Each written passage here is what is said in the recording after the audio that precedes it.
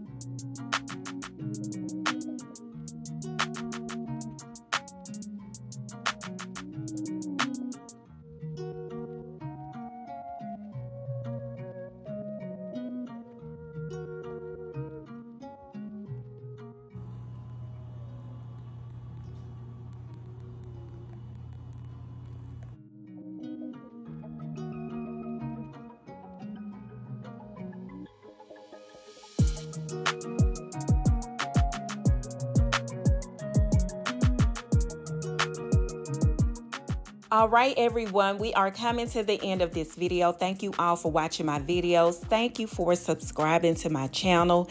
If you haven't already subscribed and you like these types of videos, please hit the subscribe button, turn your notification on so you'll be notified when I post videos. And also be on the lookout. I do have quite a few videos. We've been working out in the backyard, so those videos will be coming pretty soon. I'll leave links to everything I have access to in the description. Thanks again for watching. Have a great day.